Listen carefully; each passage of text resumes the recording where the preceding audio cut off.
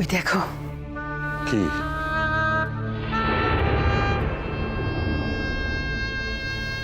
দেখো না। Case number 307-এ Kabul Sheikh হত্যা মামলার শুনানি শুরু হইল।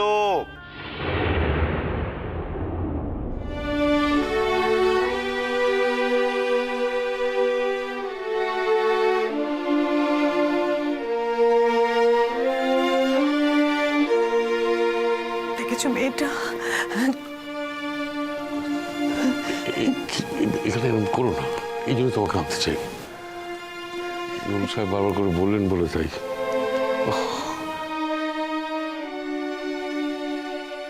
ইওর অনার, কাবুল শেখ হত্যা মামলার আজ ৪র্থ দিন। আজ আমি এমন একজনকে ডাকতে চাই এখানে, যিনি কাবুল শেখ, ফিরোজা বেগম, কিরণমালা খাতুনকে খুব ভালো করে চেনেন, বহুদিন ধরে জানেন।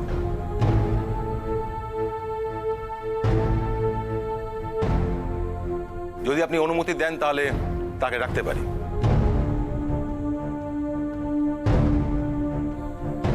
অনুমতি দেওয়া হলো। Thank you মিলট। সাক্ষী তসলিমা বেগম হাজির।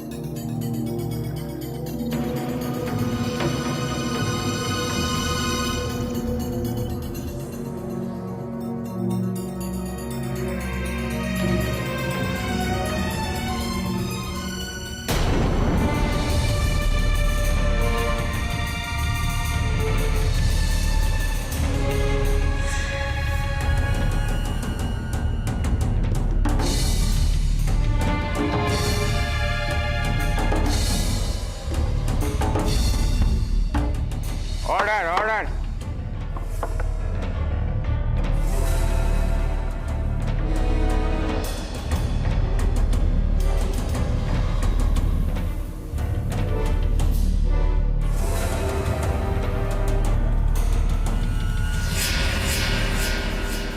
কোরআন ছুঁয়ে শপথ করুন, যাহা বলিব সত্য বলিব, সত্য বই মিথ্যা বলিব না।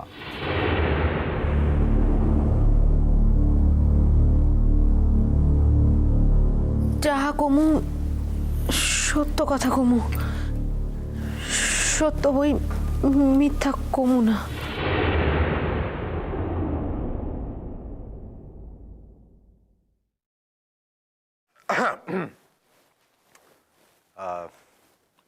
আপনার নাম? তসলিমা বেগম। বাড়ি? আমাগো আসল বাসা তো মৌখালিতে। কামের লিগা আমি আর আমার মিয়া এইখানে আইছিলাম। তারপর? আমি যদি আগে জানতাম, আমি চাইলে আমার স্বামীর এরকম অবস্থা কেন হইব, আমি তাহলে কখনো সাইডে যাইতাম না।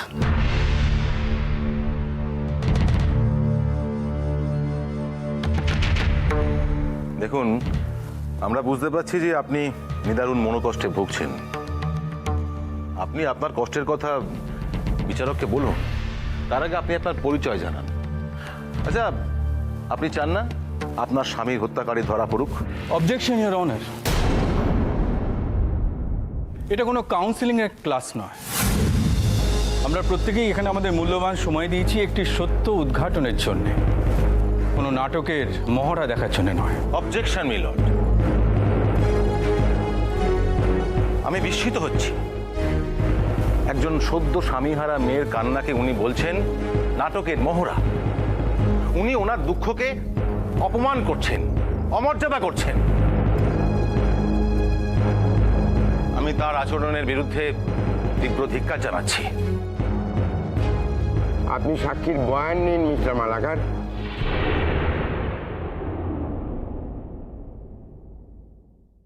আচ্ছা তসলিমা বেগম, কাবুল শেখ আপনার কে হয়?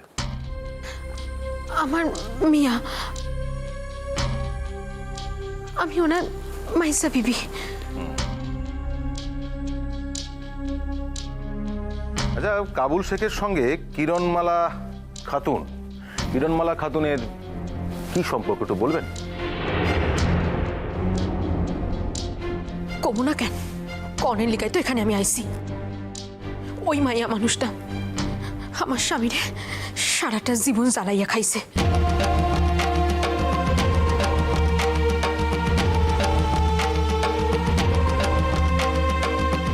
কি কাল সাপটা ঢুকছিল আমাকে সংসারে। একটা দিনও তারে ভালো থাকতে দেয় নাই, একটা দিনও না।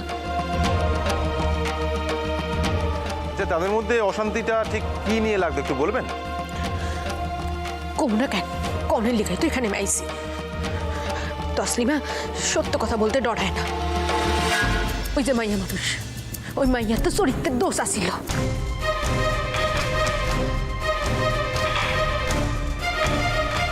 নষ্ট চরিত্রের মাইয়া মানুষ।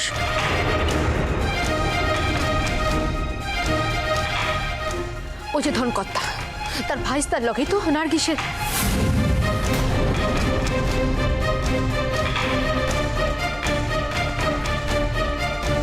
ওই হিন্দু পোলার লগরই তো নার্গিসের সম্পর্ক ছিল।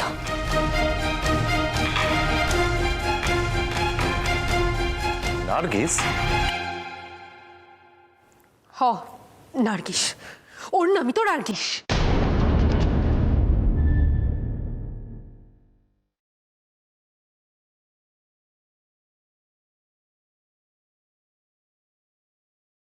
মিথ্যে কথা, সম্পূর্ণ মিথ্যে কথা। কিরণমালা খাতুনের নাম কখনো কোনোদিনও নার্গিস ছিল না। আপনার কাছে আমি তার স্কুল কলেজের রিপোর্টের কপি পেশ করছি, ইওর অনার।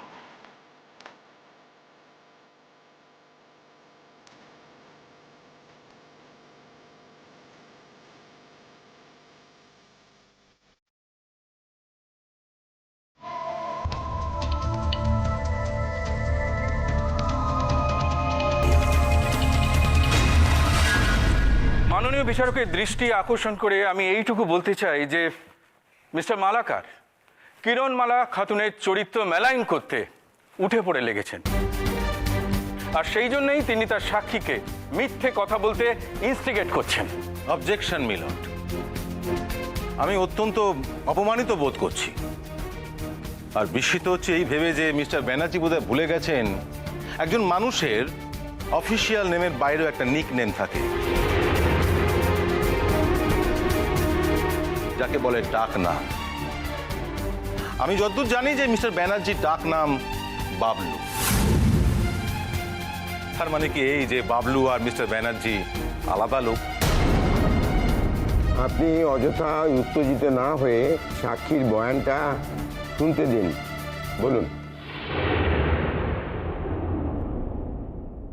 আমার স্বামী ওই মাইয়া মানুষে শ্রদ্ধানোর চেষ্টা করেছিল, কিন্তু পারে নাই। ওই মায়া মানুষ আমাকে বাসা থেকে পালাইয়া ওর নাগরের সাথে এক জায়গায় মেলা দিন ছিল।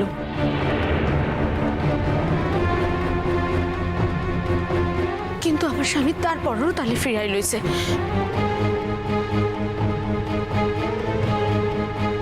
ওই নার্গিসে নিজে খারাপ হইছে তা নয়, ফিরোজা বেগম আমার বড় সতীনেরও সেই পথে লইয়া গেছে।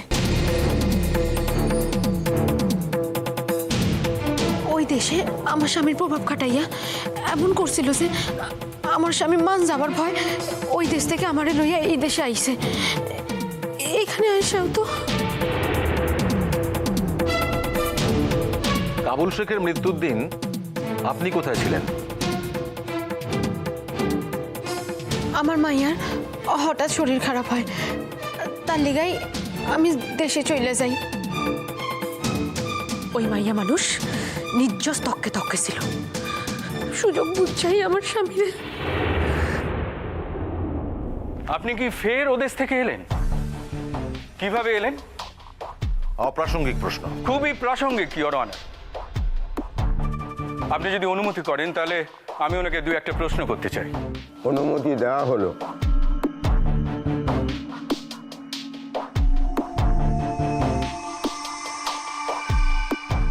আপনি কোন তারিখ থেকে কোন তারিখ পর্যন্ত বাংলাদেশে ছিলেন? আমি তো বাংলাদেশে যাই নাই। হ্যাঁ, তার মানে?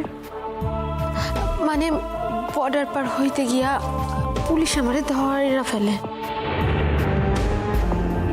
হ্যাঁ, তার মানে তারপর আপনার জেল হয়।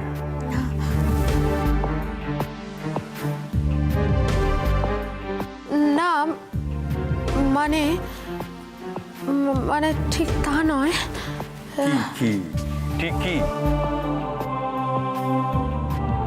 আমি একজন অফিসারের বাড়িতে কাজ কইরা খাইতাম। মিথ্যে কথা, ডাহা মিথ্যে কথা। আপনি এইখানে দাঁড়িয়ে কি করে বুঝছেন উনি মিথ্যে কথা বলছেন? আপনার হাতে কোনো প্রমাণ আছে? আপনি যেমন এখানে দাঁড়িয়ে তসলিমা বেগমকে এখানে হাজির করেছেন, ঠিক তেমনি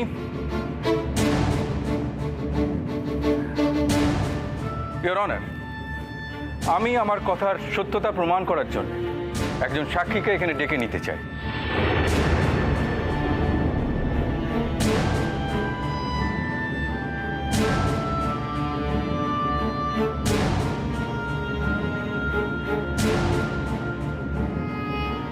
ডাকতে পারেন।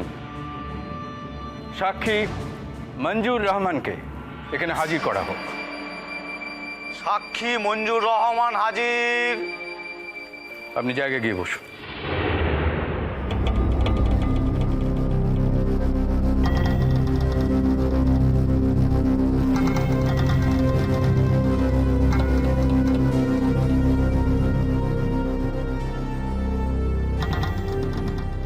কোরআন ছুঁয়ে শপথ নিন।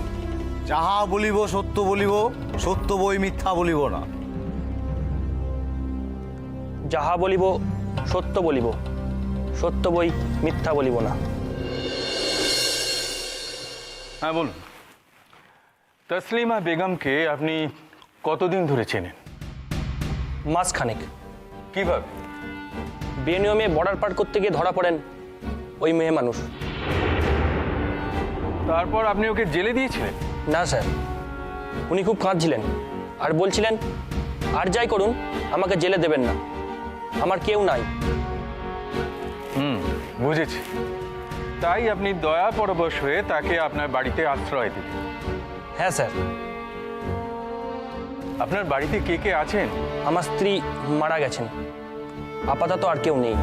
আপনি তাহলে কি পরিচয় একজন যুবতী মেয়েকে আপনার বাড়িতে আশ্রয় দিলেন মিস্টার রহমান?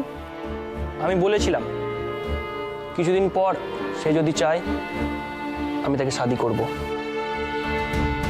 মিলট, আমার মনে হচ্ছে আমরা মূল প্রসঙ্গ থেকে সরে গেছি। আমি ব্যারিস্টার ব্যানার্জিকে অনুরোধ জানাবো যাতে করে উনি। আপনি একটু চুপ করুন মিস্টার মালাকার, আপনি অনেকক্ষণ কথা বলেছেন, এবার আমাকে একটু বলতে দিন। হ্যাঁ, উনি আপনার প্রস্তাবে সায় দিলেন? হ্যাঁ স্যার। উনি ওনার স্বামীর ব্যাপারে কিছু বলেননি আপনাকে? বলেছিল ওনার স্বামী খুব অত্যাচারী, স্বামীর কাছে আর কোনোদিনও সে ফিরে যেতে চায়নি। আর একবার বাংলাদেশে গিয়ে সে তার মেয়েকে নিয়ে আসতে চায়। ঠিক আছে, আপনি এবার যেতে পারেন মঞ্জুর ভাই।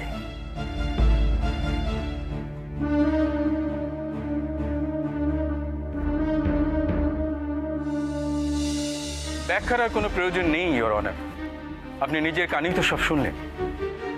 কাবুল শেখ যে একজন অত্যাচারী এবং সেই জন্যেই তসলিমা বেগম তার স্বামীর কাছে ফিরে যাননি, এটা প্রমাণ হল।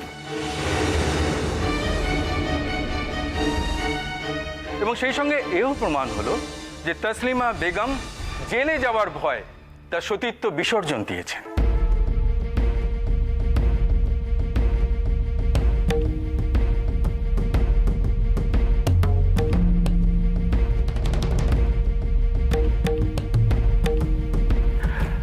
একজন অসতীর তথ্যের উপর ভিত্তি করে এখনো কি আমরা কিরণমালা খাতুনের চরিত্রে অসতীর দাগ দিয়ে দেব?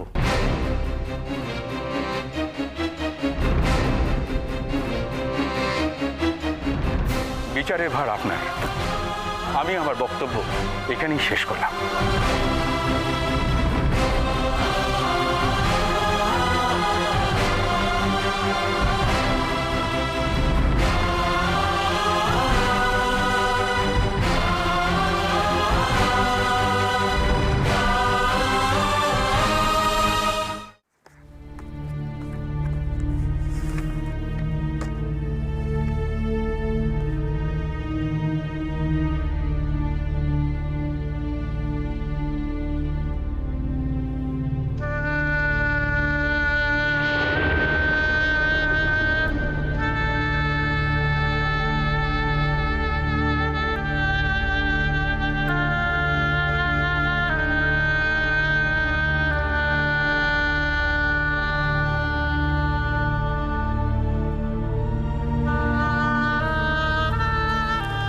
সই করার আগে একবার ভালো করে ভেবে দেখেছেন কি সূর্যবাবু?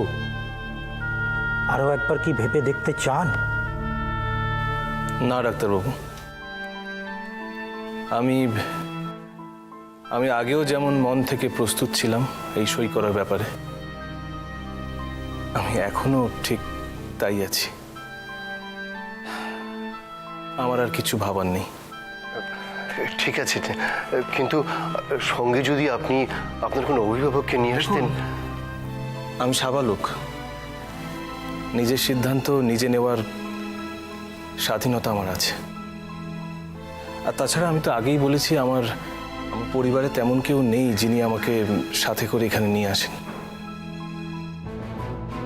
আপনি বলেছেন আপনার স্ত্রীর অসুস্থতার কারণে আপনি আপনার কিডনি দান করে অর্থ সংগ্রহ করতে চান। এক্ষেত্রে আমি আপনার স্ত্রীর আইনগতভাবে একটা সই চাই।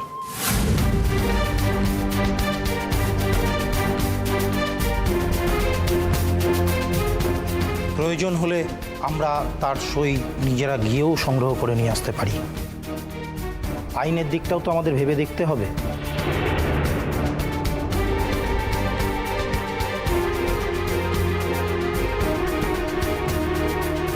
ডাক্তারবাবু, দেখুন আমি আপনাকে একটা কথা বলতে চাই। সেটা হলো, দেখুন, একজন স্ত্রী কি চায় যে তার স্বামীর শরীরের একটা অত্যন্ত প্রয়োজনীয় অঙ্গ চলে যাক? আপনি বলুন না, চায় কি? আর আমাদের এই সমাজে বিশেষত বাঙালি নারীরা যারা তাদের স্বামী সংসারের মঙ্গল কামনায় তাদের প্রাণটুক দিতে পারে, সেরকম একজন নারীকে আমি কি করে এই প্রস্তাবটা দিই বলুন তো?